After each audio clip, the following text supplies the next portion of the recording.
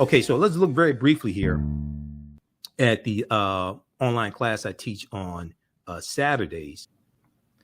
Okay, so we talked about some of the history of the Moors and the Moors going into Europe. And I referenced Runoko Rashidi's book. We referenced the books Black Star, The African Presence in Early Europe, and then also Golden Age of the Moor, edited by Dr. Ivan Van Sertima. Okay. There's a good article from National Geographic that we use in the class because we use books, video clips. There's over 50 articles that I reference in the class. There's probably about 200 slides. Who were the Moors? The Moors' ancestors were known as the Garamantes. They were a Black African people living throughout North Africa. Hannibal Barca, who we talked about a couple weeks ago, Hannibal Barca, and we dealt with the Punic Wars, and we dealt with the Battle of Cannae, 216 BC. We dealt with in 219 BC, Hannibal crossing the Alps with the elephants to stomp the Russian army. We dealt with 216 BC, the Battle of Cannae, where Hannibal was outnumbered by the Roman army, and he defeats they kill about 70,000 Roman soldiers in one day. And then we talk about the Battle of Zama, 202 BC, where Publius Cornelius Scipio Africanus defeats Hannibal Barca at the Battle of Zama in 202 BC, right? We know that Carthage is going to be destroyed in about 143 BC or so. Carthage is going to be destroyed. Now, the Moors' ancestors were the Garamantes. They were a Black African people living throughout North Africa. Hannibal Barca was Garamanti. The Carthaginians are descendants of the Phoenicians, right? And Carthage is in the area where you have Tunisia today in North Africa, as well as St. Augustine was Garamanti also. Now, the Moors, according to George G.M. James in his book Stolen Legacy, and I had the book here on one of these stacks of books, George G.M. James in Stolen Legacy, he said that the Moors were the custodians of the ancient Egyptian mystery system. These teachings are going to bring Europe out of the Dark Ages. These teachings are going to bring Europe out of the Dark Ages. It's going to be to the detriment of African people, because everything that we taught Europeans came back to kick us in the behind. Everything that we taught them, the science, the mathematics, the nautical instruments, the algebra, the alchemy, or what we call chemistry, the periodic tables, the fire stick that's introduced, which is a long stick that fired one projectile. In Europe, they're going to produce first firearm in mid-14th century AD, somewhere 1346, 1356. But that's based upon the technology that the Moors take into Europe.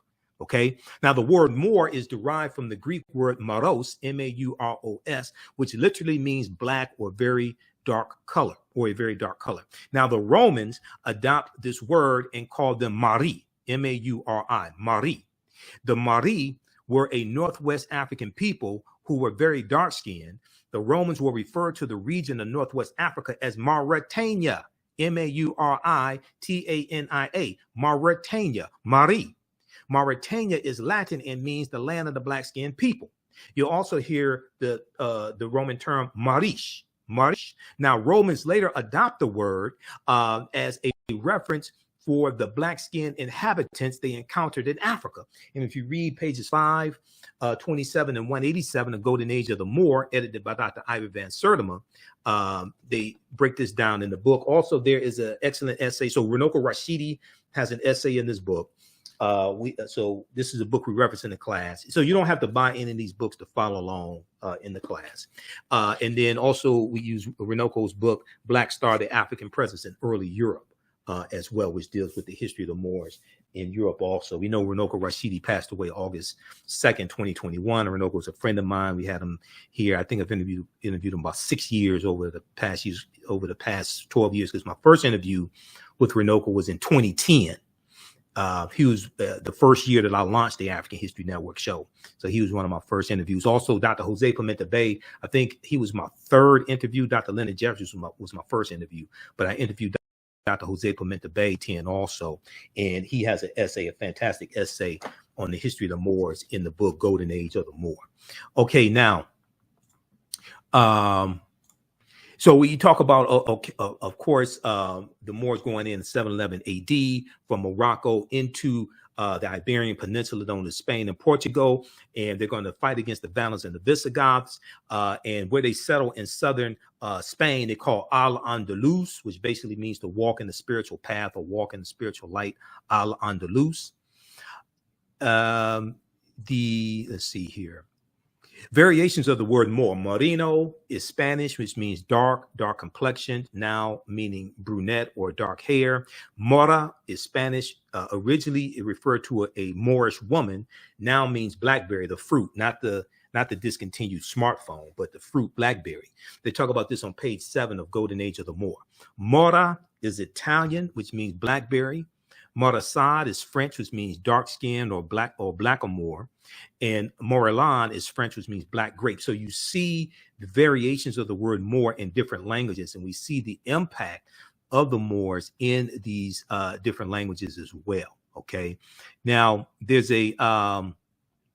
we talk about General Tariq ibn Ziyad as well, 711 AD, and he goes into the Iberian Peninsula, and where they land, that rock promontory, they call it Jebel Tariq, or Tariq's Mountain, which is Arabic, and is translated as Gibraltar, or what you call the Rock of Gibraltar. Okay, so the Rock of Gibraltar is named after an African man, General Tariq ibn Ziyad, right, who leads the Moors into the Iberian Peninsula in 711 AD. Now, if we look at this here, according to the Oxford Dictionary, the Moors, as early as the Middle Ages and as late as the 17th century, were commonly supposed to be black or very swarthy, and hence the word is often used for negro or negro.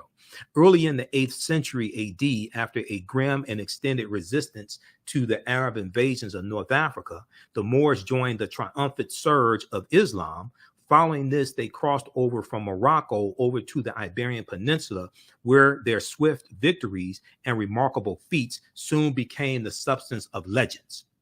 In July of 710 AD, Tarif, with 400 foot soldiers and 100 horses, all Berbers, successfully carried out a mission in southern Iberia. Tarif, an important port city in southern Spain, is named after him. Okay, then in 711 AD, so that's the reconnaissance mission to get the lay of the land in 710 AD, because you had emissaries, you had the Sephardim, who were Jews who converted to Christianity. They're there in Spain being persecuted by the Vandals and the Visigoths. They send emissaries into Morocco and ask the Moors to come in to rescue them. And the Moors go and fight against these barbarians, the Vandals and the Visigoths, and defeat them. Okay, and they take control of portions of what today we call Spain. All right, this is how the Moors get in. This is why they end up basically in Spain in the first place. That they should have just, I wouldn't answer the telephone if you understand what happened after all that.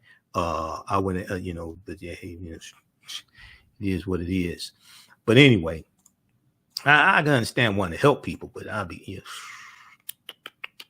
so we talked about Saint Maurice, who became a patron saint of Germany. We broke down what are patron saints and explained the history behind patron saints. And the patron saints are going to take the place of the Neteru. In Christianity, the patron saints are going to take the place of the Neteru. Okay, and patron saints are saints that watch over groups of people, watch over different cities that people pray to, etc. But Saint Maurice, who was a Moor and a Christian, okay, and Renoko Rashidi has a piece dealing with, as an article for AtlantaBlackStar.com, dealing with the Black Saint Maurice, Knight of the Holy Lance. Saint Maurice refuses to persecute some Christians, okay. And he's Christian himself, and he and his army allow him to get killed. All right. So he becomes a patron saint to Germany. There's a good piece on Tariq ibn Ziyad from Britannica.com, Encyclopedia Britannica. And I use Britannica. One, they have good information. Two, I have a monthly subscription to Britannica. I pay them each month, and I'm trying to get my money's worth out of these subscriptions. I pay National Geographic, was it $24.99 a month? I just signed up for Wall Street Journal. That's $8 a month. I just signed up. I got the Los Angeles Times for $1 for 6 months because I got a better deal than I had with them like 6 months ago. Time Magazine, they want to charge me $19 a month, but I just signed up again with Time Magazine. I think I use a different email address, so I just signed up with Time Magazine. I get, what am I paying them, $1 for the first month or something crazy like that. So what I try to do is try to renegotiate the terms of the agreement after the initial subscription fee. You know, they sign you up for $1 for a month, and then it goes to $25 after that or something like that. So I try to like renegotiate, okay? Try to control expenses. So Tariq Ibn Ziyad, Britannica.com has some good information on this. Musa ibn Nusayr, the Arab conqueror of Morocco, left his general Tariq ibn Ziyad to govern Tangier in his place. Spain at this time was under Visigothic rule. So see, this ties into the history, right, of these Vandals. Now, the Vandals and the Visigoths crushed the western portion of the Roman Empire in 476 AD and cast Europe into what's known as the Dark Ages. The Vandals and the Visigoths, they crushed the western portion of the Roman Empire 476 AD. All right. And you're going to have this period of time of famine, strife, civil war, not a lot of inventions taking place during the Dark Ages. And it's going to go from 5th century AD to about the 1300s. Okay, about the 1300s, the Dark Ages. So Musa ibn Nasser, the Arab conqueror of Morocco, left his general Tariq to govern Tangier in his place. Spain at this time was under Visigothic rule, but was rent by civil war. Okay, they were dealing with a lot of civil war in Spain at this time. Now, the dispossessed sons of the recently deceased Visigothic king of Spain, Witiza, appealed to the Muslims for help in the civil war. Okay, the dispossessed sons of the Visigothic king of Spain, Witiza, appealed to the Muslims for help in the civil war, and they quickly responded to this request in order to conquer Spain for themselves. But also, the Sephardim, the Sephardic Jews in Spain, they sent emissaries into Morocco to ask for help from the Moors because they're being persecuted by the Vandals and the Visigoths. In May 711 AD, Tariq ibn Ziyad landed on Gibraltar, Jebel Tariq, Tariq's mountain, with an army of 7,000 men. Now, depending upon the source, the number of men he arrived with may vary, but he showed up with thousands of men, mostly Berbers, Syrians, and Yemenis. Gibraltar henceforth became known as Jebel Tariq, Mount Tariq, for which the anglicized form of the name is adapted, Gibraltar. Okay. Tariq soon advanced to the Spanish mainland itself, gaining valuable support from Spanish Jews who had been persecuted by the Visigoths and from Christian supporters of Witiza's sons, okay, the Visigothic king. In July 711 AD, Tariq ibn Ziyad defeated the forces of the Visigothic usurper king Roderick at an undetermined location. He then immediately marched upon Toledo, the capital of Spain, and occupied that city against little resistance. He also conquered Cordoba.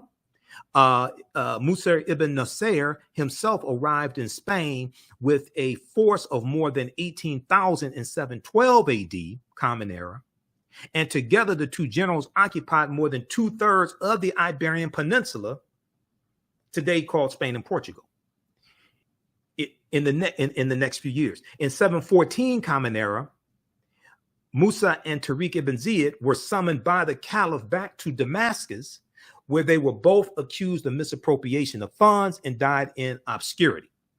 So we take you through our history. We look at this history chronologically. We deal with why there are African Moors heads on the national flags of Corsica and Sardinia. And right around page 90 of Runoko Rashidi's book, he shows this, and he deals with we also deal with the Black Madonna and Child as well, because that ties into Asar, Arset, and Heru.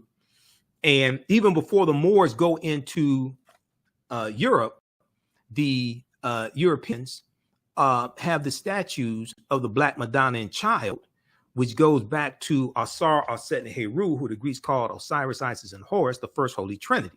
Now, this may go outside the circumference of some people's awareness. Just because you never heard it before, disagree with it, or don't like it, does not mean it's not true. Just means you have to do some research to understand what it is that I'm talking about.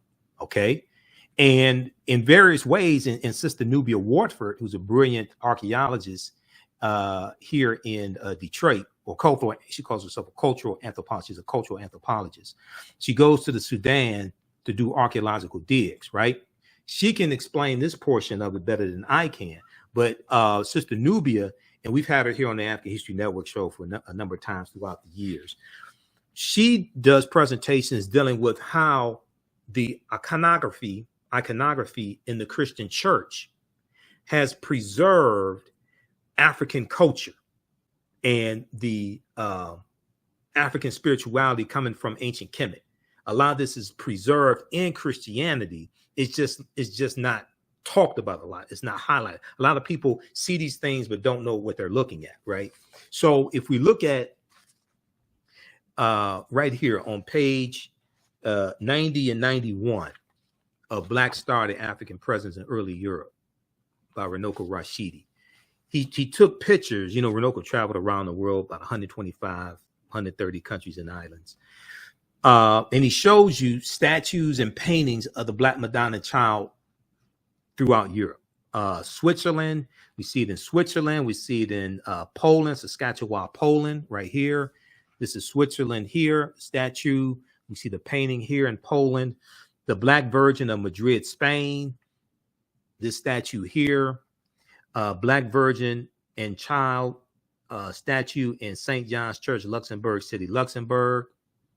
Okay. We see the national flag of Sardinia, which is an Italian island with the 4 African Moors heads on it. We see the coat of arms of Pope Benedict XVI with the head of a Moorish king, because a lot of Europeans have a lot of these, because the Moors intermix into the European population, into the bloodstream. The African male Moors were having sex with white women.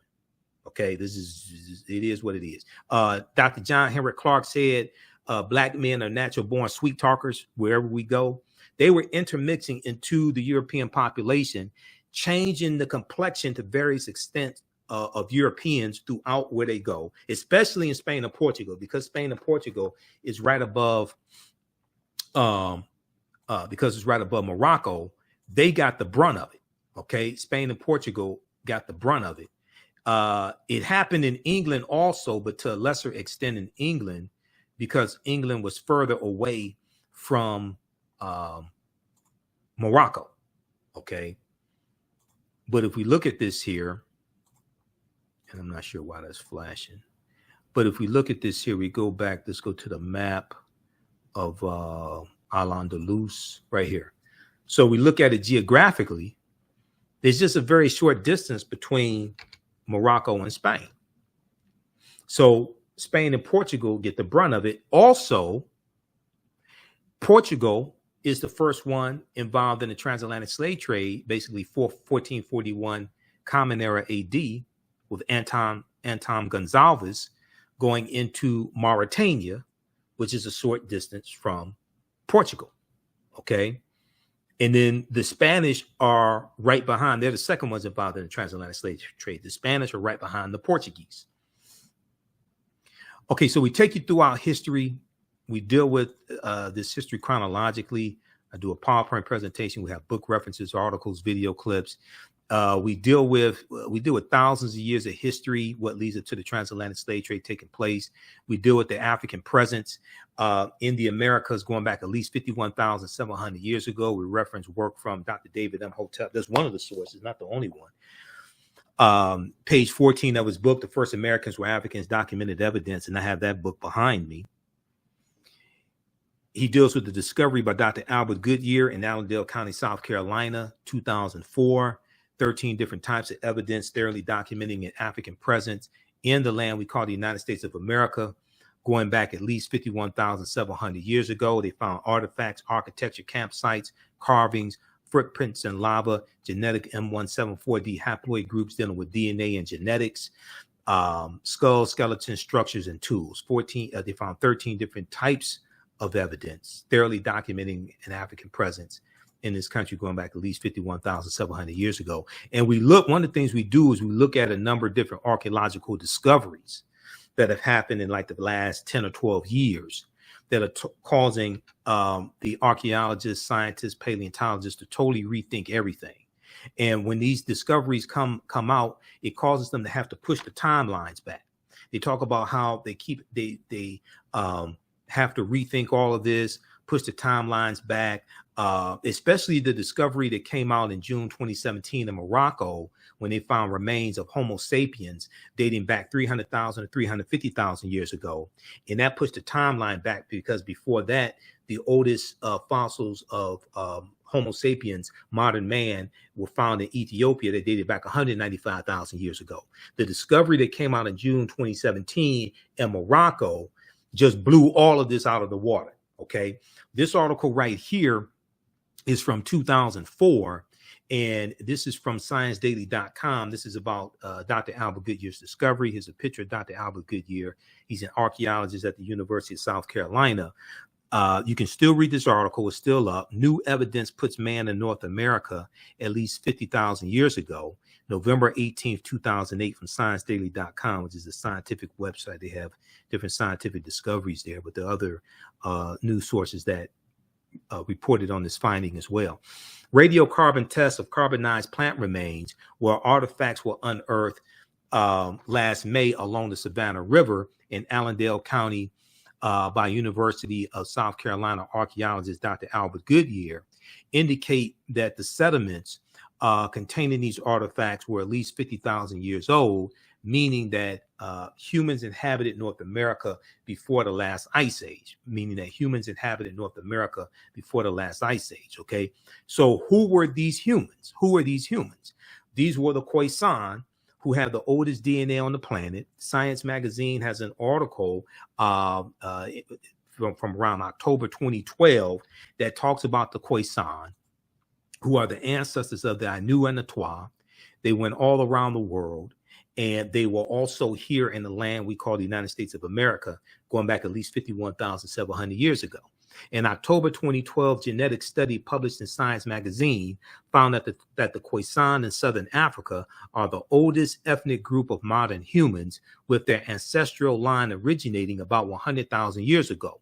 The Khoisan, formerly called by the derogatory term Bushmen, are genetically unique, and no other currently known population had separated so easily from our common modern human ancestor, according to the report. Now, here's a picture of a couple of Khoisan sisters, okay, a couple of Khoisan women that are short-statured Africans. Now, the Khoisan live mainly in southern Africa in territories spanning Botswana, Namibia, Angola, Zambia, Zimbabwe, and South Africa. They are largely divided into two groups, hunters and gatherers called the Sans people, S-A-N-S, and keepers of the livestock called the Khoi people. The Khoisan languages include the distinctive click sounds that are not found in the languages of their neighbors. And the click language was the original language. Okay, the click language was the original language. And in the movie Black Panther, the language spoken in the film Black Panther is Isikosa, okay, because we deal with the film Black Panther, because African culture is all throughout and history is all throughout the film Black Panther. Okay, I did 3 months of research on the film Black Panther as well as the comic book to be able to do my lectures on that, on the film. The Panther deity that we see in Black Panther, Bastet, or Bast, I should say Bast, the Panther deity, that comes straight out of ancient Kemet. That comes from the nectar Bastet, okay, that was worshipped as early as Second Dynasty around 2890 BCE. So Bast or Bastet was an ancient Kemetic or Egyptian goddess or neter worshipped in the form of a lioness and then later a cat. She was the goddess of warfare in Lower Kemet, Lower Egypt. Okay, so Bast that you see, a lot of stuff that you see in the film is not made up. There were 11 different African cultures that we saw represented in the film Black Panther. Okay, Ruth Carter, who was the costume designer, she spent 6 months researching African cultures. So when we look at the Dora Milaje, right, the Dora Milaje, who were the African female warriors, I think I have a slide here on the Dora Milaje, the African female warriors that we see depicted in the film Black Panther, they were influenced from the where their costume comes from the Maasai of Kenya and Tanzania. Okay, the real life inspiration for the Dora Milaje are the African female warriors called the Ohozi or the Mino, okay, of Dahomey, modern day Benin. And this is where these African female warriors, this was the real life inspiration for the Dora Milaje. The Dora Milaje were introduced, I think it was around 1998 in the Black Panther comic books. They were introduced. Dora Milaje means adored ones. Okay, so in my presentation on Black Panther, and we'll pull this slide up here. I'll show you this one here because we deal with the film Black Panther in the class because there's a lot of culture, African culture, history related in the film. Where are we? Right here. The Dora Milaje of Wakanda come from Dahomey, Republic of Benin. Right here. Okay. So where we go right here. So they come from the Ohozi or the Mino. Now, these are the African female warriors that are depicted in the new movie coming out September 16th, 2022, starring Viola Davis, called The Woman King. The Woman King. And it deals with these African female warriors who are fighting against the French colonizers. It deals with the Franco-Dahomean Wars, okay? Fighting against the French colonizers in the late 1800s, okay? Now, some people say, oh, well, these African female warriors, they were used to capture other Africans and enslave them, things like this. That's true. African history is not perfect, just like European history is not perfect. Europeans were enslaving each other for hundreds of years. Neither one was right, but it happened. But also, these African female warriors fought against the French colonizers as well. Okay, African history, just like European history, is not perfect. Europeans were killing each other for hundreds of years, even before they became nations, when they were kingdoms. And you had the Vandals, the Visigoths, the Lombards, the Jutes, the Anglos, the Saxons, the Picts, the Alans, these Germanic people collectively called barbarians who were fighting and killing each other. Okay, they're fighting and killing each other, just like the Vandals and the Visigoths crushed the western portion of the Roman Empire and cast Europe into the Dark Ages. Okay, then these kingdoms are going to become nations, and they're going to keep fighting one another. And then they become Spain and Portugal and the Netherlands and England, Great Britain, things like this, France, Germany, and then they're fighting each other and killing each other over the transatlantic slave trade, control of the transatlantic slave trade, over Africa, over the new lands that are being conquered, even going back to Christopher Columbus and his 4 voyages. And we see that these different areas that Columbus is conquering fall into the hands of other people. So the French get control of the western third of the island of Hispaniola and call it Saint Dominique, which becomes Haiti, where the Haitian Revolution is. Okay, we're going to see that the British take control of Jamaica because Columbus conquers Jamaica in 1494. We see the Treaty of Tordesillas in about the 15th century, the Treaty of Tordesillas, and the Pope tells Spain and Portugal to stop fighting amongst yourselves and go out and conquer these non-Christian people. And the Pope divides the non-Christian world among Spain and Portugal and sends them out to conquer Spain and Portugal. Because these European nations who were formed originally hundreds of years prior by barbarians were fighting and killing each other. Then when they become nations, they continue to fight and kill each other. And then they have world wars, continue to fight and kill each other.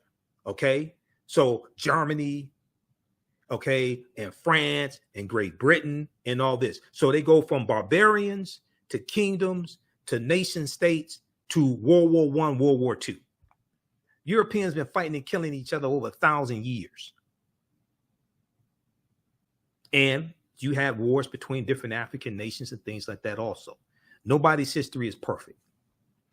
Okay. So we deal with all this history. And the second class that I teach, the one I teach on Sundays, from the Civil War to the Civil Rights Movement and Black Power, 1865 to 1968. That class basically picks up where the first one, Ancient Kemet, the Moors, and the Maafa, Understanding the Transatlantic Slave Trade, leaves off. So we pick up the second class, we pick up in 1803 with the Louisiana Purchase and the Haitian Revolution. And then so you talk about the Haitian Revolution. So then you got to go back to Christopher Columbus and his 4 voyages, because Columbus conquers Haiti.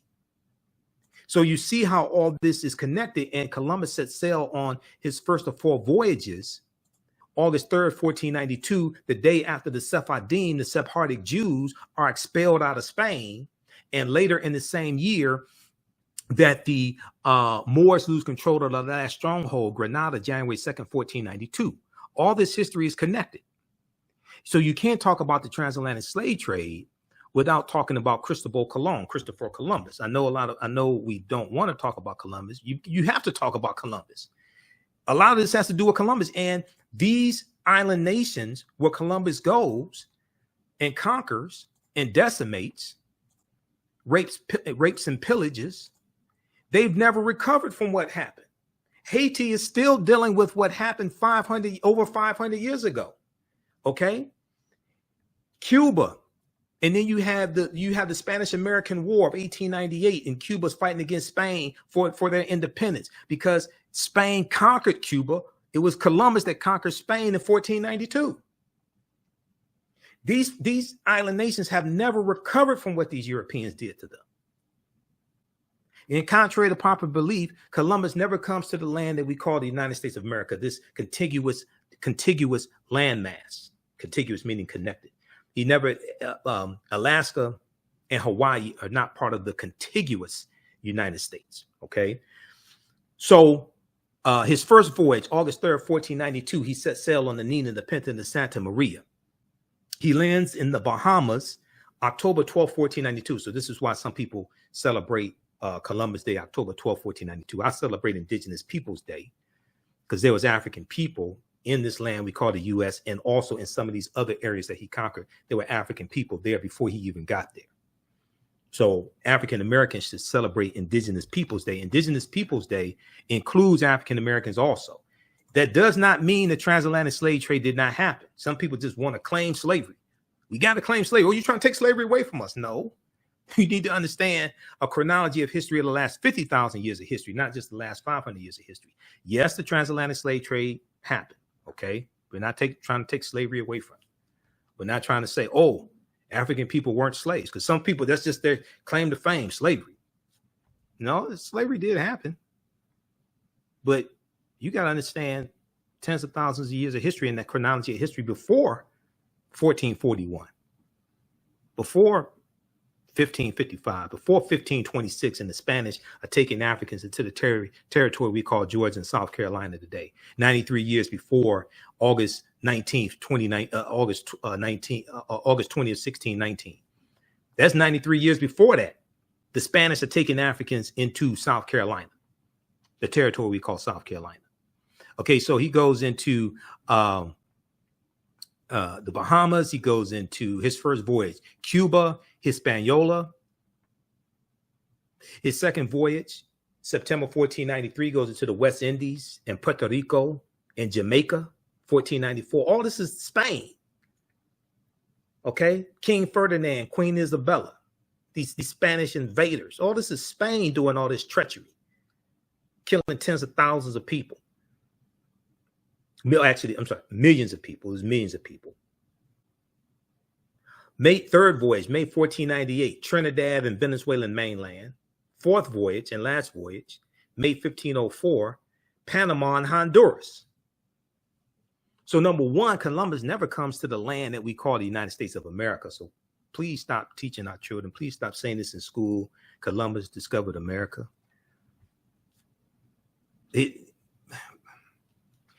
There was already Native Americans and African people there, number one. Two, he had some Moors navigating his ships. A lot of people like Dr. Jose Pimenta Bay and Professor Kaba Hiawatha Kamene, and Professor Kaba is one of my teachers. A lot of them don't think Columbus was lost in the first place because, as Professor Kaba says, a third grader knows that based upon where the sun rises in the morning and sets in the evening, you know which direction you're going in. And he had Moors navigating his ships, like the Pedro Alonso Nino, the Nino brothers, things like this. So it's really believed by like real scholars that Columbus knew where he was going. He wasn't lost. He's using nautical instruments also based upon the technology that the Moors introduced into Europe, which is another problem. Once again, this is why I say I wish we never taught them, because personally, when we really study this history and look at it chronologically, the transatlantic slave trade is really Europeans getting revenge on the African Moors and what the Moors did in Europe. And because the Moors are going to Africanize various parts of Europe to various degrees, the Moors are going to intermix into the European population and change the complexion of many Europeans, intermix into the European bloodline. And one of the things they're going to do, especially like the Spanish, when they set up their colonies, one of the things they're going to do is forbid intermixing with, especially in the Spanish colonies, they forbid intermixing between the races. And the Spanish are going to forbid when they conquer the slaves, when they enslave people and take them into these colonies, they're going to forbid them to learn to read and write also. Well, it's the Moors that taught a lot of the Spanish to read and write. All this stuff comes back to kick us in the behind.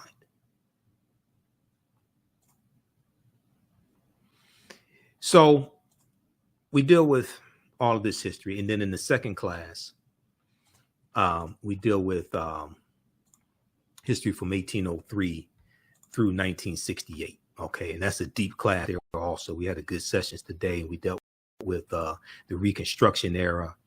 And with Reconstruction is a period of history that is not talked about a lot. Okay, Reconstruction is directly related to what's going on today. The political violence that we see, the voter suppression laws that we see. I talked about this article here in class today. This is from Time Magazine, because like I said, I monitor about 35 different news sources on a daily basis. So I pull articles from all different news sources: National Geographic, Time Magazine, Washington Post, New York Times, everything, NBC News, all different types of sources. This article right here came out January 12th, 2021. January 12th, 2022, I should say.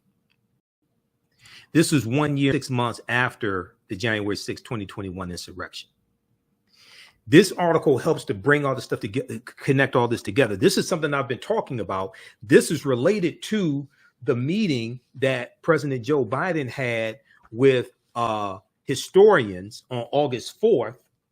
And it dealt with how these historians are telling President Joe Biden, they're warning him that America's democracy is teetering, and they're talking about what leads up. They're talking about the years that lead up to the 1860 presidential election that Lincoln won, and what leads up to the Civil War taking place. Well, if we look at this article here, this deals with Reconstruction. 1865 to 1877, and how the Reconstruction era is not properly taught in schools across the country. Okay. 45 states, and let me pull up this briefly here. I'm going to pull up the presentation that we class for from the Civil War to the Civil Rights Movement and Black Power, 1865 to 1968. Okay, let's close some of this other stuff out. A new report finds that 45 states are failing to teach students about the period that shaped race relations after the Civil War. Okay, this deals with the Reconstruction era. It draws a direct relationship between that history and the political violence we saw January 6, 2021. One of the foremost authorities on the Reconstruction era is Eric Foner, historian and Pulitzer Prize winning author Eric Foner, author of the book Reconstruction, America's Unfinished Revolution, 1863 to 1877. Now, he said in an interview a week after the January 6, 2021 insurrection, interview with New Yorker magazine, the article starts out and says, in the aftermath of the insurrection a year ago at the U.S. Capitol, many leading historians drew parallels between the violence that we saw January 6, 2021, and the Reconstruction era, the period of political revolution directly following the U.S. Civil War, which is 1861, 1875. Historian Eric Foner said, quote, the events we saw reminded me very much of the Reconstruction era and the overthrow of Reconstruction. And the overthrow of Reconstruction, which was often accompanied or accomplished, I should say, by violent assaults on elected officials. By violent assaults on elected officials. The difference is you didn't have a sitting president sending domestic terrorists to storm the U.S. Capitol building like you did January 6, 2021. Now, scholars say studying the aftermath of the Civil War, which is the Reconstruction era, can put in context many of the seminal events in the U.S. in recent years, from the brutal murder of George Floyd by police in 2021 to the voter suppression laws enacted after African-American voters played a big role in helping Joe Biden and Kamala Harris be elected president and vice president. Okay. And that's reminiscent. So it starts out in Georgia with Senate Bill 202, crafted by Heritage Action for America, and Jessica Anderson, who's the executive director of Heritage Action for America, which is the sister organization to the Heritage Foundation, is going to be Paul Weyrich, who's a co-founder of the Heritage Foundation, but also ALEC, American Legislative Exchange Council, is going to be Paul Weyrich and Jerry Falwell in 1980, who create this whole religious right movement, which leads to about 42 years later, overturning Roe versus Wade. The seeds of that goes back to 1980 and Paul Weyrich and Jerry Falwell. But despite the timeliness of the era in today's climate, many students in American schools will not get a full education on the Reconstruction period until they go to college, but most of them go to college. In social studies standards for 45 out of 50 states and the District of Columbia, discussion of Reconstruction is partial or non-existent. Discussion of Reconstruction is partial or non-existent, according to historians who have reviewed how the period is discussed in K through 12 studies, study standards for public schools nationwide. Now, this basically is before the these anti-critical race theory laws start popping up. It was partial or non-existent basically before those laws, because the anti-critical race theory laws are so vague in many states. It's creating fear and anxiety amongst teachers. So they're confused on what they can teach. So they're less likely to really dig into and teach the history of slavery and Jim Crow segregation and white supremacy and racism, things like this, because they don't want to get fired from the job. Understandably so. They don't want to be sued, understandably so. A lot of these laws are so vague, they're confused on what they can and can't teach. Now, in a report produced by the education nonprofit, the Zen Education Project, and we use some of their articles in our classes, the study's authors say they are concerned that American children will grow up to be uninformed about a critical period of history that helps to explain why full racial equality remains unfulfilled today. This is what's going on today is directly related to what happened during Reconstruction, the overthrow of Reconstruction, the compromise of 1877 between the Democrats and Republicans, where neither one, Rutherford B. Hayes or Samuel J. Tilden, had enough electoral college votes to become president. They cut a backroom deal. The Republicans say, you let Rutherford B. Hayes become president, he'll remove the remaining Union troops out of the South to allow the Southern segregationists to take back full control of the Southern government, state and local governments. And this is what happens. Okay. Then they're going to impose poll taxes, starting with Florida in 1889. Now look at what's going on in Florida. See, Florida needs to be desanitized. You got Governor Ron DeSantis in Florida. Florida needs to be desanitized. For re-election, he needs to be defeated. Okay. November 2022. Elections have consequences. These elections have deadly results. So if Andrew Gillum was governor of Florida, especially during COVID-19, I guarantee you he would have saved a lot more lives. He would have been more prudent. He would have followed the science. He would not have been so cavalier in handling COVID. He would have shut down the schools sooner. He would have saved a lot. He would have saved thousands of people's lives.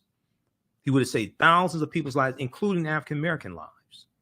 But you had Ron DeSantis as governor, anti-science, don't say gay bill, Ron DeSantis. So Florida needs to be desanitized. The Mississippi plan to keep blacks from voting in 1890. The Mississippi plan to keep blacks from voting in 1890. We came here to exclude the Negro. So after you have the overthrow of Reconstruction, then you have, like in about 1881, the Tennessee state legislature, they're going to pass laws to segregate streetcars and public transportation, things like this.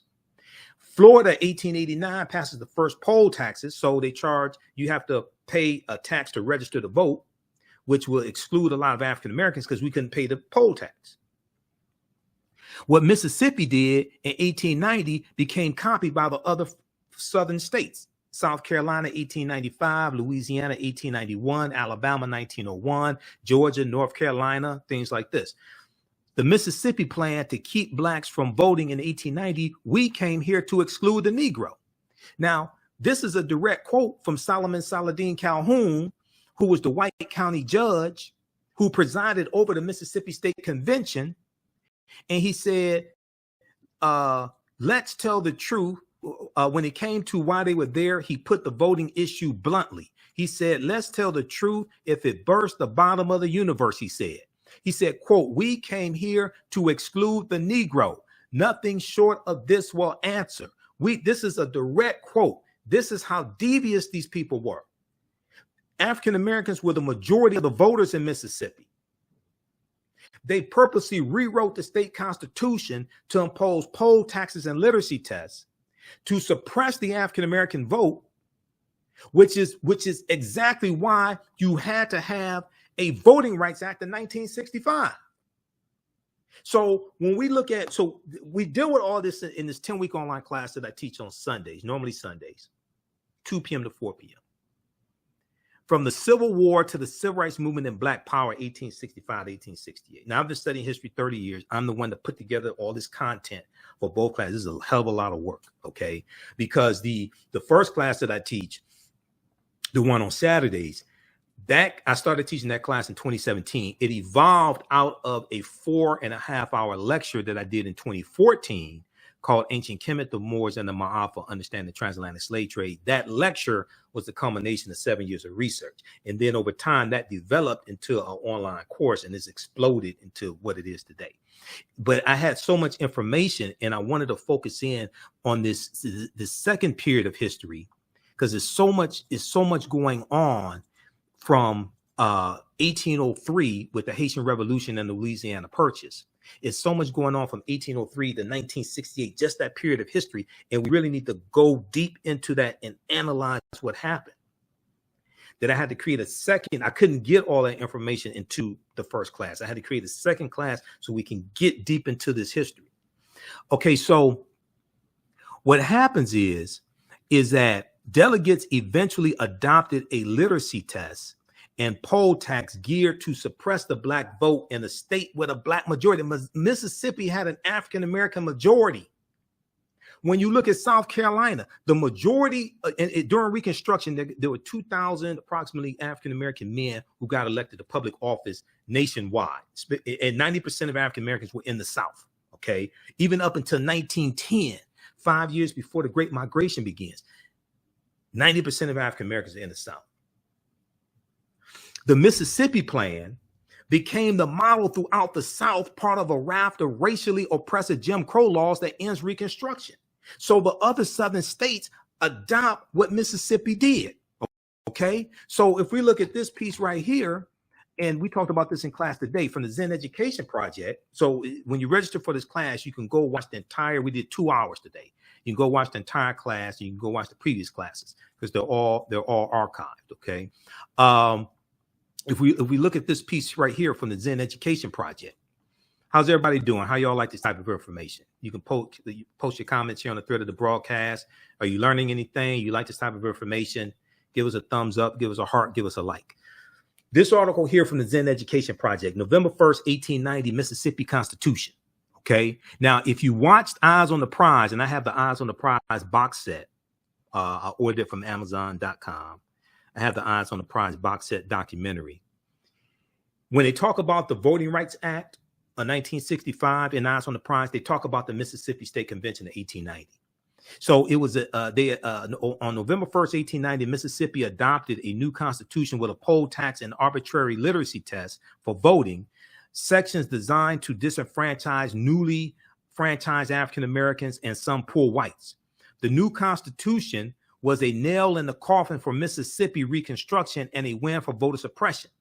It brought an end to the period of democratic progress that followed the Civil War when African Americans were the majority of eligible voters in Mississippi.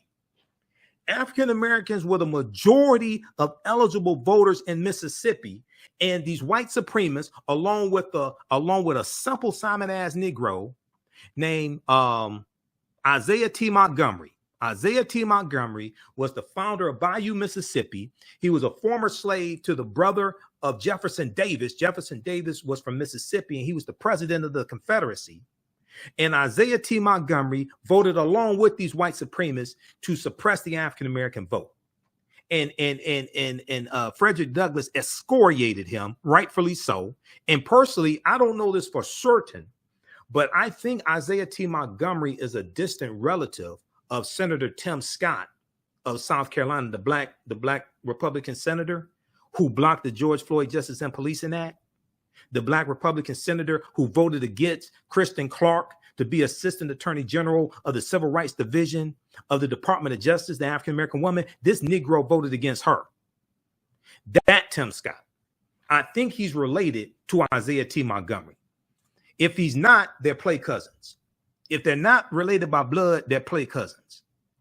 So what happens is that the other Southern states do the same thing that Mississippi does. Okay, this can be seen in so if we go back here, every Southern state instituted literacy tests and poll taxes to effectively remove African Americans from the citizenship they were supposed to have been guaranteed by the 14th Amendment of 1868. This can be seen in the state constitutions with similar voter suppression statutes adopted by South Carolina 1895, Louisiana 1898. Then Louisiana is going to institute the grandfather clause, which states that if your grandfather prior to 1867 could not vote, then you can't vote. Another way to get around the 15th Amendment of 1870. North Carolina 1900, Alabama 1901. Alabama still has racist language in their state constitution because there was an Alabama Reconstruction Constitution in 1867 that is going to create a public school system. And during Reconstruction, African Americans are showing America how to have a democracy. That gets overthrown. They come with the Alabama State Constitution in 1901 that institutes poll taxes and literacy tests and puts in place segregation.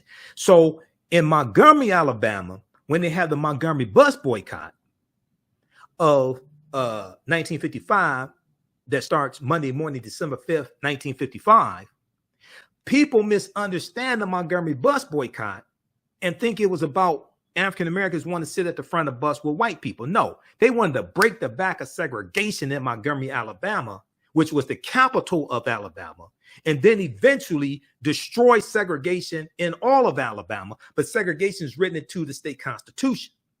So they go to the federal government for help because they knew they couldn't get help at the state government. Because hell, in 1957, the state legislature in Alabama redrew the district lines in Tuskegee, okay, to lock out almost all of the African American voters in Tuskegee, Alabama. This leads to economic boycott that's four times as long as the Montgomery bus boycott. The Montgomery bus boycott was 381 days. The Tuskegee, Alabama economic boycott goes from 1957 to 1961, which leads to the U.S. Supreme Court case of Gomillion versus Lightfoot, because they sue the state legislature because the state legislature is purposely trying to gerrymander the district to reduce the political power of African American voters there in Tuskegee, Alabama. This is how devious these people are, where their sons and daughters, their grandchildren are doing the same damn thing in Republican state legislatures across the country. This is why we got to pull our head out of our asses and connect what's going on today to this history and understand how all this is connected. But now they're trying to suppress not just the vote of African Americans, but Latinos, Asian Americans, Native Americans, and many white people who vote for Democrats and not Republicans. Because there was Joe Biden and Kamala Harris got 81 million votes. 49 million of those votes, 61% came from white people. I know people like to think that the majority of the votes came from African Americans. No, they didn't. He got 81 million votes. There's only 30 million African Americans registered to vote.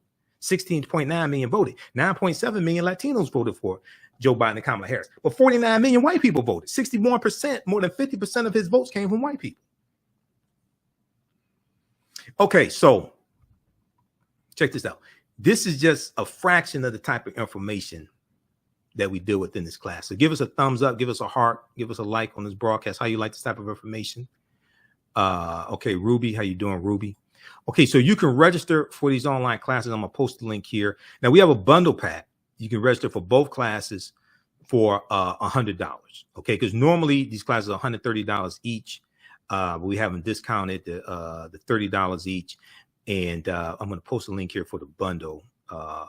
Post a link here for the bundle pack. As soon as you register, you can start watching content, or you can go to our new website, theafricanhistorynetwork.com, theafricanhistorynetwork.com. We do the sessions live. All the sessions are archived and recorded. You can go back and watch them anytime, a year from now, 2 years from now. You go back and watch the entire class, either one of these classes. Okay. And you can use this information with your children also. So this is the second class, from the Civil War to the Civil Rights Movement and Black Power, 1865 to 1968. There's a ton of information in this class. And I created the curriculum for this as well. Both of these classes, I created the curriculum. Click right here to register here. For the bundle pack, click right. We have the information for the bundle. Click right here for the bundle. You get both classes for $100. It's about a $385 value because it's going to be bonus lectures that you get in digital format from me also when you register for this. If you've taken any of my online classes in the past, email me and you'll get a 50% discount. Email me at ahnshow@theafricanhistorynetwork.com, or just click right here, contact the African History Network. Just click right there and you can email us right through the website. Okay, just just click right there, contact us. All right. And this is some of the slides we deal with in the second class, from the Civil War to the Civil Rights Movement of Black Power, 1865 to 1960. And like I said, we start out with the Louisiana Purchase and the Haitian Revolution, and deal with how those two events are related. Okay, right here. We deal with the Louisiana Purchase and the Haitian Revolution and how those two events are related. And then we go out through history chronologically, basically year by year, and deal with what leads up to the Civil War taking place. We talk about the Missouri Compromise of 1820, Texas Revolution 1836, Mexican-American War 1846, 1848, Treaty of Guadalupe, Hidalgo 1848, where the U.S. gets California, Arizona, New Mexico, Colorado, Utah, and Nevada from Mexico for $15 million. Mexico loses about a third of their land. Okay, the Mexican-American War, which leads to the Treaty of Guadalupe, Hidalgo. We deal with the Compromise of 1850, which deals with organizing the land that the U.S. got from Mexico. And the Compromise of 1850 includes, it consists of 5 bills. And one of those bills, the fifth one, is the Fugitive Slave Act of 1850, which intensifies the abolitionist movement, the Fugitive Slave Act of 1850. Then you have the Harriet Beecher Stowe writing her novel Uncle Tom's Cabin in 1852, which also intensifies the abolitionist movement and exposes America to the horrors of slavery. It becomes an international bestseller, sells 300,000 copies its first year. It's based upon the autobiography of a real life man named Josiah Henson, who was a slave in Maryland, and he and his family run away from Maryland and go up north and then go into Canada. So Harriet Beecher Stowe reads his autobiography, and she patterns the fictitious character of Uncle Tom in the novel Uncle Tom's Cabin. That's patterned after the real life runaway slave Josiah Henson.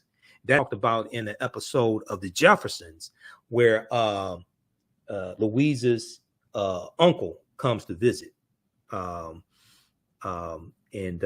he's played by the same actor who played Fred C. Davis on Good Times, and he was Fred Sanford's cousin Grady, bald-headed cousin Grady on Sanford and Son. Grady, you better go join your lady. Remember when Betty Jean comes to visit, heavyset Betty Jean, and then Lamont's going to marry her because she has a dowry. Okay, so that Grady with the bald head who played Fred's cousin, he was on an episode of The Jeffersons, and he breaks down the history of Josiah Henson. So we talk about the Kansas-Nebraska Act of 1854. As a result of the Kansas-Nebraska Act of 1854, which opens up slavery in the Kansas-Nebraska territory and leaves up to people living in those territories to determine whether or not they want to have slavery, as opposed to it being dictated by the federal government. This is going to lead to the Republican Party being founded in 1854 as a backlash to the Kansas-Nebraska Act. The Republican Party is founded largely by groups of abolitionists. And in 1860, their candidate for president, November 1860, Abraham Lincoln, becomes president-elect. 6 weeks later, South Carolina secedes from the Union December 20th, 1860, because they think Lincoln's going to free the slaves. They're going to be followed by other states going into February and March of 1861. You're going to have the Confederate States of America that's founded right around March of 1861. April 12th, 1861, you have the attack on Fort Sumter, which was a federal stronghold, military stronghold in South Carolina. It's attacked because those in South Carolina are trying to get the Union troops out of the South. And this is what launches the Civil War, the U.S. Civil War, which goes from 1861 to 1865. So we deal with Juneteenth. We deal with the 13th Amendment, the 14th Amendment, the 15th Amendment. One of the things we talked about in class today is how the 15th Amendment, nowhere in the U.S. Constitution does it explicitly give anyone the right to vote. In this article right here from Smithsonian Institute, si.edu, americanhistory.si.edu, which is from the Smithsonian Institute, this article entitled, "Does an Amendment Give You the Right to Vote?" Okay, does an amendment give you the right to vote? Now, this article came out February 3rd, 2020, and I did a lecture around this time when this article came out. February 3rd, 2020 was the 150th anniversary of the adoption of the 15th Amendment of 1870, which guaranteed the right to vote for African-American men.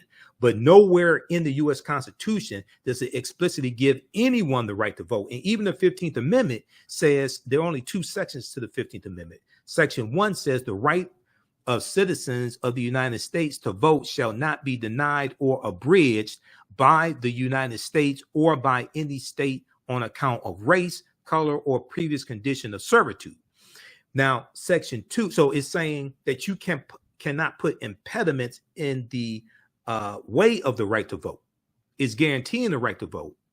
But nowhere, as this slide says here, and this comes directly from the article from Smithsonian Institute, as written, the 15th Amendment does not explicitly grant anyone the right to vote. Instead, it prohibits federal and state governments from placing restrictions on voting based on three criteria: race, color, and previous condition of servitude. The entire amendment is 2 sentences long. Now, the second section of the 15th Amendment of 1870 says the Congress shall have power to enforce this article by appropriate legislation. Now, amendment means to alter or to change. Prior to 1870, what gave people the right to vote? And it was largely white men voting. There's nothing in the U.S. Constitution that explicitly gives anyone the right to vote. And then the 19th Amendment of 1920, which guaranteed the right to vote to women, and the 26th Amendment of 1971 that lowered the minimum age to vote from 21 to 18, the structure of that language in those two amendments is based upon the structure of the language in the 15th Amendment. Now, Justice Anthony Scalia, before he died, he actually said that nowhere in the U.S. Constitution does it give anyone the right to vote. He's correct. I despise him, but he's correct. Okay. So we deal with this history chronologically. This is normally a 10-week online course. As soon as you register, we did class 7 today. There's going to be, we'll probably have 12 sessions this time around instead of 10, because early on, this has been a very, very bad allergy season. Okay. Those that are allergic to pollen know what I'm talking about. So early on, like the first couple of sessions, I had to cut them short because my allergies were killing me. I could only talk 30 minutes, 45 minutes. The allergies are much better now. This is probably the worst allergy season I've seen in the past 5 to 7 years. Okay. So we're going to probably do 12 sessions. But once again, all the sessions we do live, they're archived. You can watch them anytime. Of course, we talk about the Mississippi State Convention in 1890. Right here, Vicksburg Massacre, 1874. We go look at these massacres. You follow Massacre, 1874. You follow Alabama, Vicksburg Massacre, Clinton, Mississippi Massacre, 1875. You have to go look at these massacres because they were attacking African-American voting rights, political violence to intimidate us, to keep us from voting. Just like today, just like the attack on the U.S. Capitol. And you have to understand how devious Trump is. This is why this demon can never become president again. Because what he did weeks leading up to the January 6, 2021 insurrection, he targeted 4 cities that had high African-American populations and called for, he said that the votes were illegal. There were fraudulent votes. He called for recounting of the votes. What were those 4 cities? Detroit, Philadelphia, Milwaukee, Wisconsin, and Georgia, Atlanta, Georgia. He targeted these 4 cities that have a high African-American population. Okay. And he incited these white supremacist domestic terrorists and said that they're look, I live 4 minutes away from the TCF Center, downtown Detroit. There were Trump supporters outside trying to get inside while the vote counting was going on. I live 4 minutes away from the TCF Center in downtown Detroit. I drove by there. The police had it blocked off. You couldn't even get, after a certain time, they had it blocked off. Okay? This is what this demon incited. This is why this domestic terrorist can never hold political office. His ass belongs in prison. He can never hold political office ever again. Okay? That cannot happen. Because the second time, they're going to complete the coup. The first time was a dress rehearsal. The second time, they're going to complete the coup. Because now what this demon is doing is putting election deniers in place to be over elections. So Doug Mastriano is running for governor of Pennsylvania. He has to be defeated because the governor of Pennsylvania appoints the Secretary of State. He already said he's going to support a Secretary of State who will overthrow election results and do what Trump wants to do. You got Kerry Lake running for governor of Arizona, another election denier, another person that must be defeated. This is a continuation of the Civil War and Reconstruction. These people are not playing games. They're playing for keeps. We got to get our head out of our asses. Stop listening to negative corporate-controlled hip-hop that dumbs us down and understand what's really going on. This is a continuation of the Civil War and Reconstruction. And now you got all these armed domestic terrorists. Okay, so segregation of public transportation, 1881. This is why I'm for the FBI hunting down every last one of these goddamn domestic terrorists and prosecute them to the full extent for the law. I'm rooting for the FBI. I know they're against Dr. King and all that. No, I'm rooting for the FBI, Merrick Garland, Kristen Clark. I want them to hunt down every last one of these goddamn domestic terrorists who are trying to overthrow the government. They've already arrested 850 and charged them, and they're prosecuting them now. You just had a former police officer, former white police officer, who just got convicted. He's getting 7 years. Involved in this domestic terrorist. Okay, there's another 1,200 of these domestic terrorists that the FBI is looking for. Drop a dime on these people. I'm rooting for the FBI. Okay, no, we don't want African Americans unjustly persecuted, things like that. I'm rooting for the FBI. If I could join the FBI and hunt down these domestic terrorists, I would do it. Oh, hell no. Because this goes back to why the Department of Justice was created in the first place, going back to 1870 during Reconstruction. Let's take it back to Reconstruction era. This is how all this history is connected. Okay. The first Attorney General under the Department of Justice, 1870, Amos T. Ackerman, created 150 years ago. The Justice Department's first mission was to protect Black rights. And that's exactly what they're doing today. And the best way to do that is to go after these domestic terrorists. In the wake of the Civil War, the government's new force sought to enshrine equality under the law, July 1st, 2020. Okay, now this caricature here, a cartoon by illustrator Thomas Nast. Thomas Nast is also the illustrator who's going to create the image of what we know as Santa Claus coming from center class. Okay, that's a whole nother conversation. We talked about that in my class on Saturday. A cartoon by illustrator Thomas Nast shows a member of the White League, which was another domestic terrorist organization, because they're involved in the Eufaula massacre of 1874 in Alabama, the White League. It wasn't just the Ku Klux Klan. And just because somebody puts on a white sheet and a hood don't mean they're a member of the Ku Klux Klan. The Ku Klux Klan was a fraternal organization. They had bylaws. There was an intake process to become a Klan member. So just because somebody wears a white sheet and a hood doesn't mean they're a member of the Klan. A cartoon by illustrator Thomas Nast shows a member of the White League and a member of the Ku Klux Klan. Keep in mind, member of the Klan. That was a fraternal organization originally founded December 24th, 1865 in Pulaski, Tennessee. It shows them joining hands over a terrorized Black family. Okay.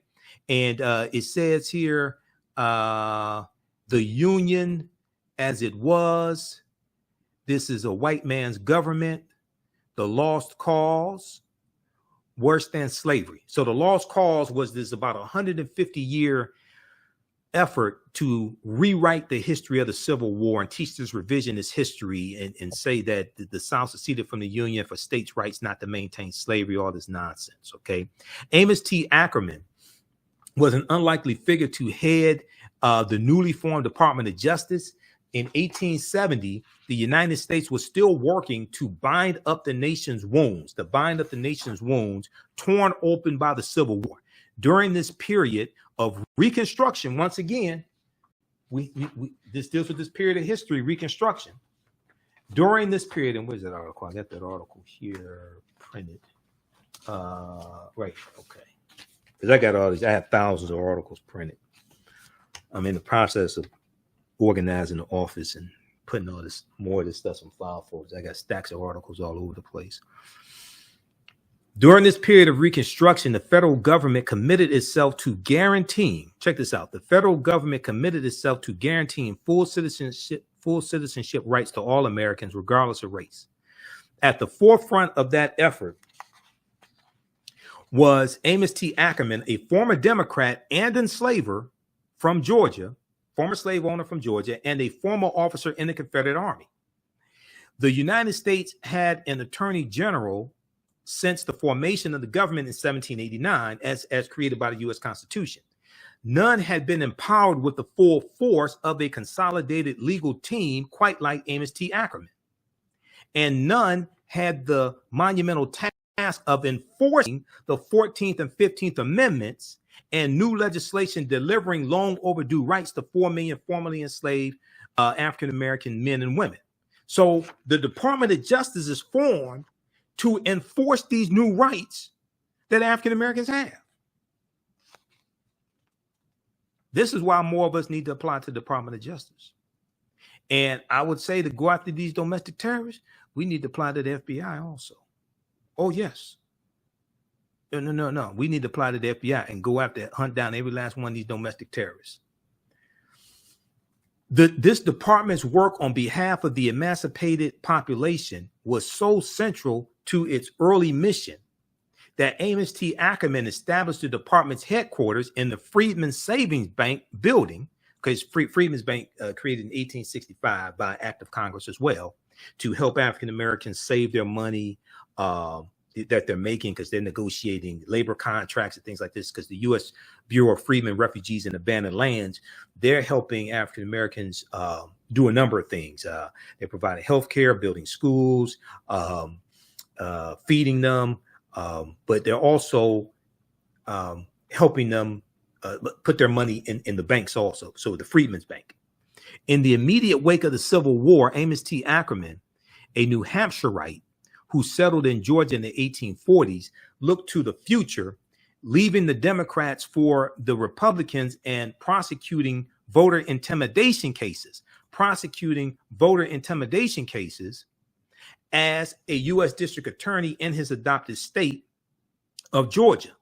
Reflecting on his decision to switch his allegiance to the party of Lincoln, Amos T. Ackerman said, quote, "Some of us who had adhered to the Confederacy felt it to be our duty when we were to participate in the politics of the Union to let the Confederate ideals rule us no longer.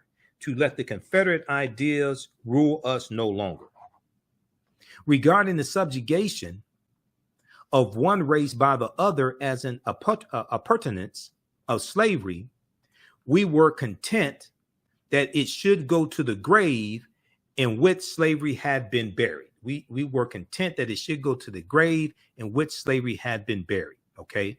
Ackerman's work caught the attention of President Ulysses S. Grant, who was former general in the Union Army during the Civil War, who promoted Amos T. Ackerman to Attorney General in June 1870. On July 1st, 1870, the Department of Justice, created to handle the onslaught of post-Civil War litigation, became an official government department with Amos T. Ackerman at its helm. The focus of his 18-month tenure as the nation's top law enforcement official was the protection of Black voting rights, from the systematic violence of the Ku Klux Klan. Okay, this is the focus of the first 18 months of the Department of Justice when it comes into existence in 1870. To the protection of Black voting rights from the systematic violence of the Klan and other Klan-like organizations we had to that, like the White League. Ackerman's Justice Department prosecuted and chased from southern states hundreds of Klan members. Today, the Justice Department is prosecuting many of their descendants who are the domestic terrorists who stormed the U.S. Capitol building January 6, 2021. We need to apply the Department of Justice and hunt down every last one of these traitors. In the tradition of the Department of Justice, take it back to the old school. In the tradition of the Department of Justice, go after all these coup plotters. Historian William McFeely, in his biography on Amos T. Ackerman, wrote, quote, "Perhaps no attorney general since his tenure has been more vigorous in the prosecution of cases designed to protect the lives and rights of Black Americans." Take it back to the old school. We need to apply to the Department of Justice. That's why I was cheering when Assistant Attorney General of the Civil Rights Division, our sister Kristen Clark, when she was confirmed by the U.S. Senate, and Joe Manchin voted against her, and so did punk ass Senator Tim Scott, Black Republican. He had no excuse for voting against that sister. Luckily, Susan Collin of Maine voted for her. Okay. And then the tie-breaking vote, I think the tiebreaker was Vice President Kamala Harris. So I think it was 51-50, that vote. Okay. You don't get a Kristen Clark as Assistant Attorney General as the Civil Rights Division without voting. That's how she became that. You don't get a Merrick Garland. You don't get them prosecuting these 4 officers involved in killing Breonna Taylor without voting. This one here, where is that? We've got that graphic that I created. Okay, it's AHN show. And this one here should be Breonna Taylor. This right here.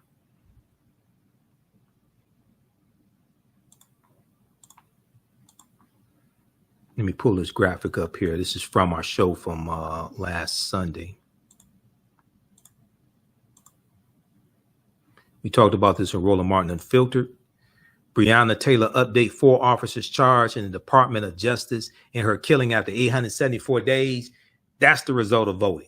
You don't get those charges from the federal government because the Trump administration was not going to charge them. And the Trump administration backed off of holding police officers accountable, and they backed off of the investigation into the patterns and practices of police departments, because it was April of 2021 that the Merrick Garland Justice Department launched a pattern and practice investigation into the Louisville Metropolitan Police Department. You don't get that without voting. And this is Assistant Attorney General of the Civil Rights Division, Kristen Clark. You don't get her without voting.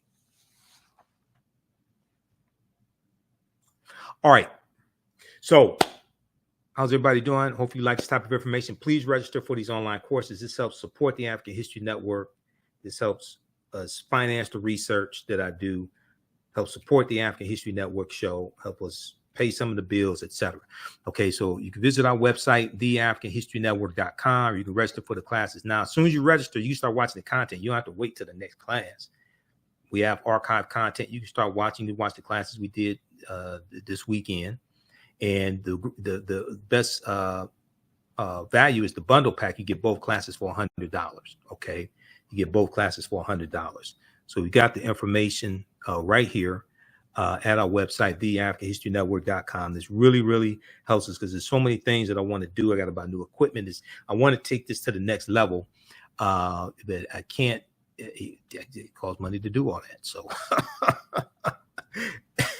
this is what it is. All right. So we have the link here in the thread of the broadcast. You can go to our new website, theafricanhistorynetwork.com. I built a new website. It costs money to do that as well. I think I had to pay like $180 because with WordPress, they wanted me to pay all. See, with 1-in-1, I could pay each month. WordPress wanted me to pay all the money up front. So I had to pay like $180 to be able to build a new website, and I'm still adding to it. So all this stuff here, this stuff ain't easy. I'm telling you right now. Okay, I guess maybe I'll make it look easy.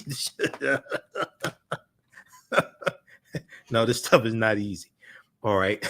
So this is our new website, theafricanhistorynetwork.com. And you can go there, and we have the link here in the thread of the broadcast also. So you can register for the classes. The content, I would say, is PG-13. You can use this with your children.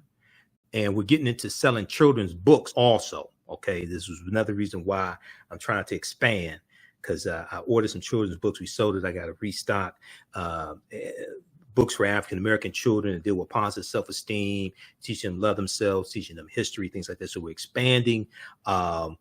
We still sell some DVDs. I'm shifting. I'm going to start. We're shifting more to digital format. We'll still sell some DVDs, but I'm also getting into selling books as well. And I'm working on writing my first book also. So I have 60 pages of my first book written. Hopefully, that's going to cost money to get that published. Hopefully, we'll get that out in September 2022, because it's going to deal with midterm elections also.